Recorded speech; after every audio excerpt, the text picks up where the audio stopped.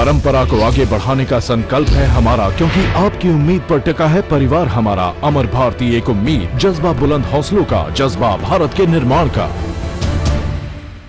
मनोज जी जैन पुणे से पूछ रहे हैं, नमोस्तु गुरुवर, मेरी जिज्ञासा श्रवण बेलगोला बाहुबली स्वामी जी महामस्तकाभिषेक से जुड़ी है।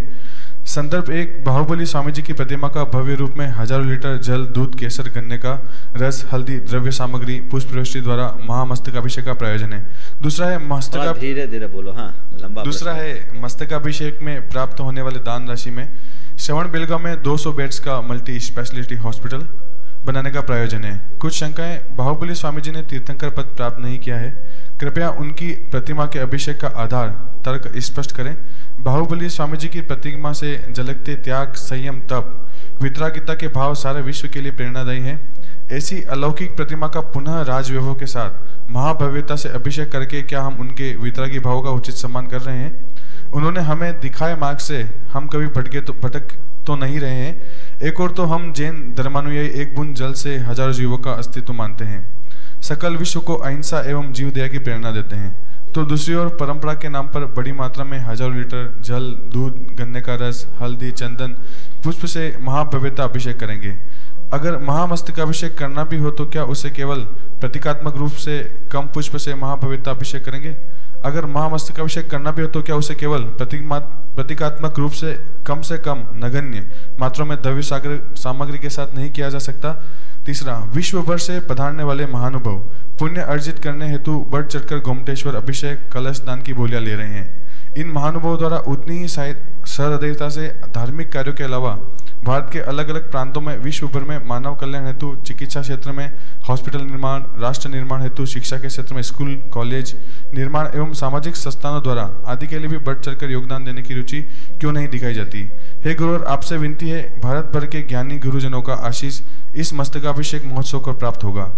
भारत भर में विहार करते समय सकल जैन समाज की मन स्थिति परिस्थिति को अपने ज्ञान चक्षु से निरीक्षण करने वाले, भविष्य के प्रति दूरदृष्टि के धनी हैं। गुरुवर, क्या आप महामस्तकाभिषेक के अवसर पर आने वाले सकल जैन समाज को कोई नवचेतना संदेश देने की कृपा करेंगे?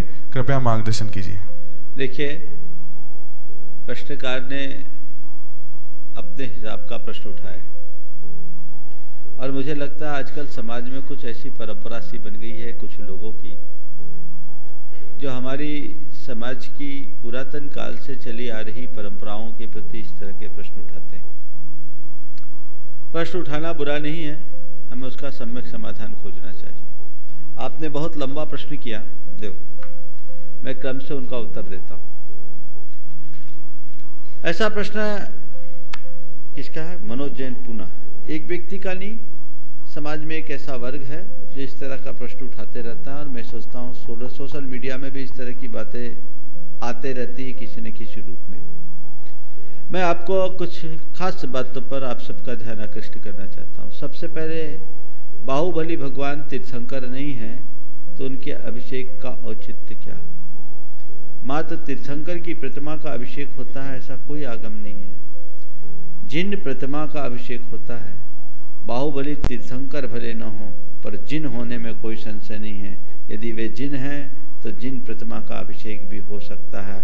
आगम में ऐसा वर्णन है। जितने अकृत्रिम जिनालय हैं जिनमें चतुर्निकाय के देव अभिषेक करते हैं, पूजन करते हैं, वे किसी तीर्थंकर की प्रतिमा को नहीं पूजते हैं, वे जिन की पूजा करते हैं, अरहत की पूजा करते हैं। बाहुबली भगवान ने 1 वर्ष तक एक स्थान पर खड़े होकर के त्याग और तपस्या का उच्च आदर्श स्थापित किया। उसके परिणाम स्वरूप उनको केवल अज्ञान हुआ, तो वे अरहत है, जिन हैं, हमारे पूजा, अभिषेक, भक्ति के पात्र हैं, आधार हैं। इसलिए इसमें प्रश्न उठाना जैन आगम को न समझने का परिणाम है। दूसरा सवाल जो इसमें आया कि इस अभिषेक में इतने सादा जल और अन्य सामग्रियों का उपयोग होगा, इसकी जगह क्या हम प्रतीकात्मक तरीके से अभिषेक न करें?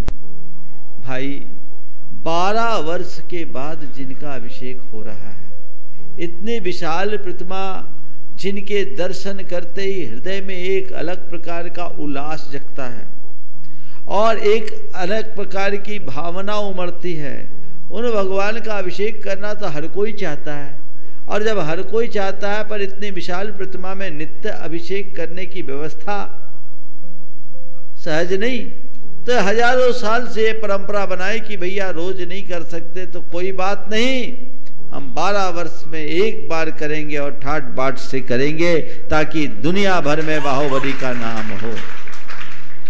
आप कहते हैं कि इतने बड़े विशाल पैमाने पर आयोजन करने का क्या उचित है?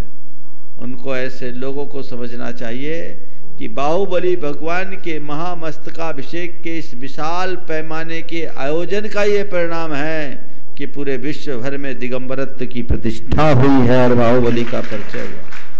यदि इस आयोजन को सामान्य रीति से किया जाता, बिना प्रचार प्रसार के किया जाता, तो बाहुबली भगवान विश्वव्यापी नहीं बन पाते, दुनिया के लोग नहीं जान पाते।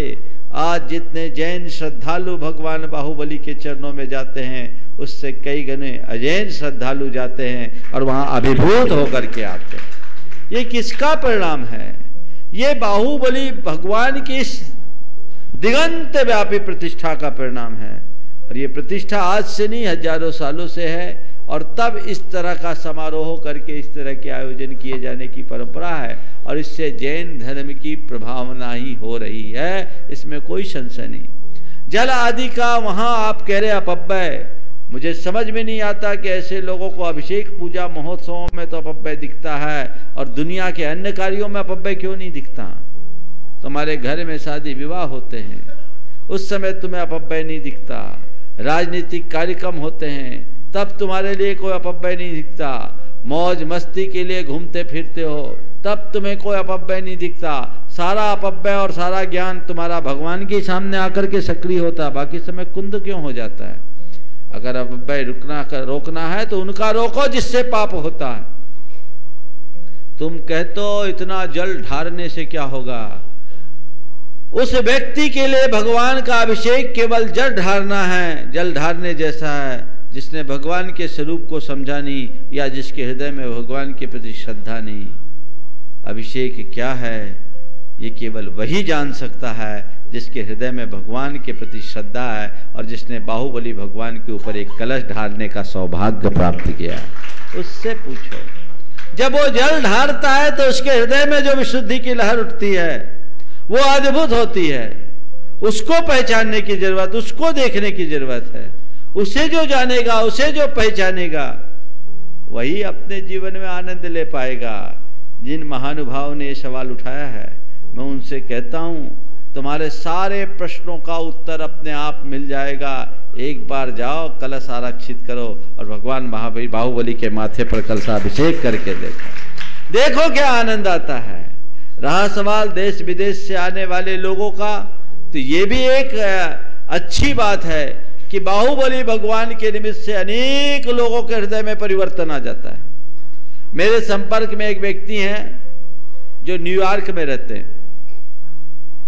उनके जीवन में लगभग 40 साल से अमेरिका में, पिछले कुछ वर्षों से मेरे संपर्क में हैं।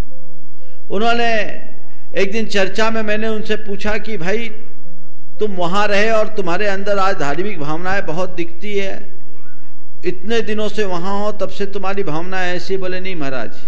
बोले क्या? यहां से गया तो 20-22 वर्षों तक तो मैं जैनी था ही नहीं, एक प्रकार से भारतीय भी नहीं था, अमेरिकन बन गया था।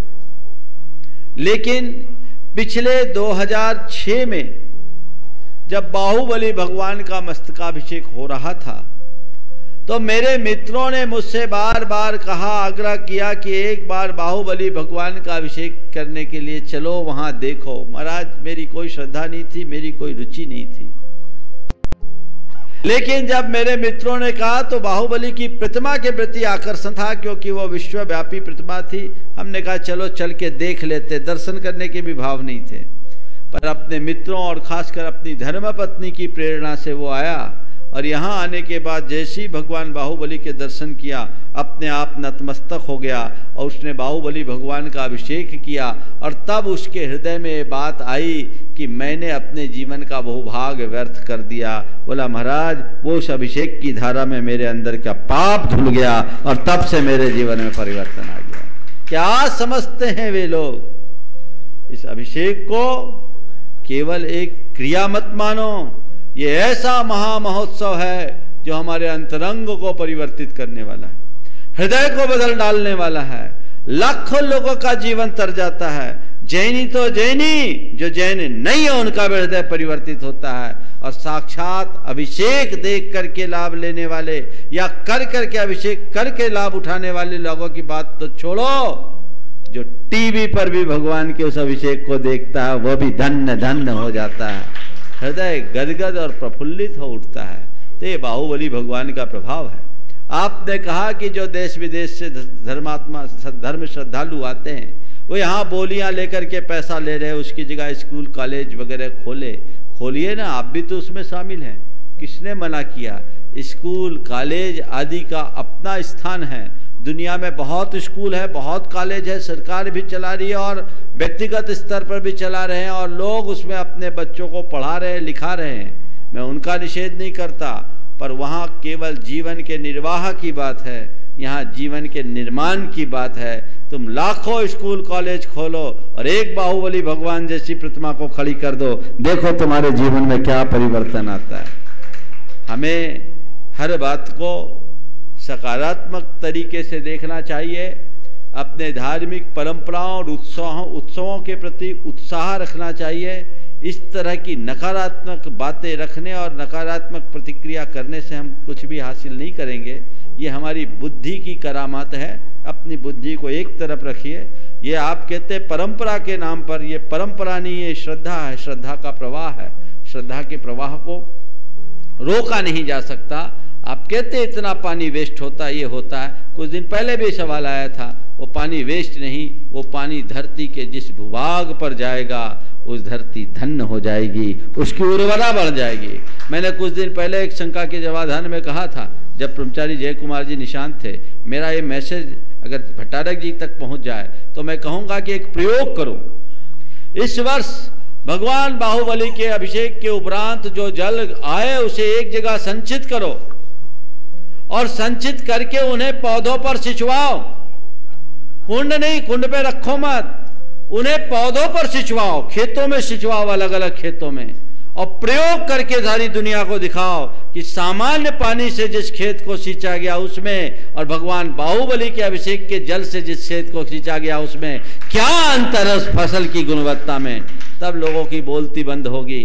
जो कहते हैं ये सब व्यर्थ में बह रहा है, वो अब उनकी बातें ही व्यर्थ हो जाएगी। हमें ये समझना चाहिए वहाँ कुंड है, सब कुछ है, लेकिन उस कुंड के जल को प्रयोग करना चाहिए और एकदम वैज्ञानिक प्रयोग के साथ। और अब तो एनर्जी मापने के बहुत सारे यंत्र भी विकसित हो गए हैं। उनके आधार पर यदि अपने एनर्जी को मापा जाए तो एक बहुत बड़ा माध्यम बनेगा। इसलिए इन बातों को नजरअंदाज करते हुए आगे बढ़ करके चलना चाहिए।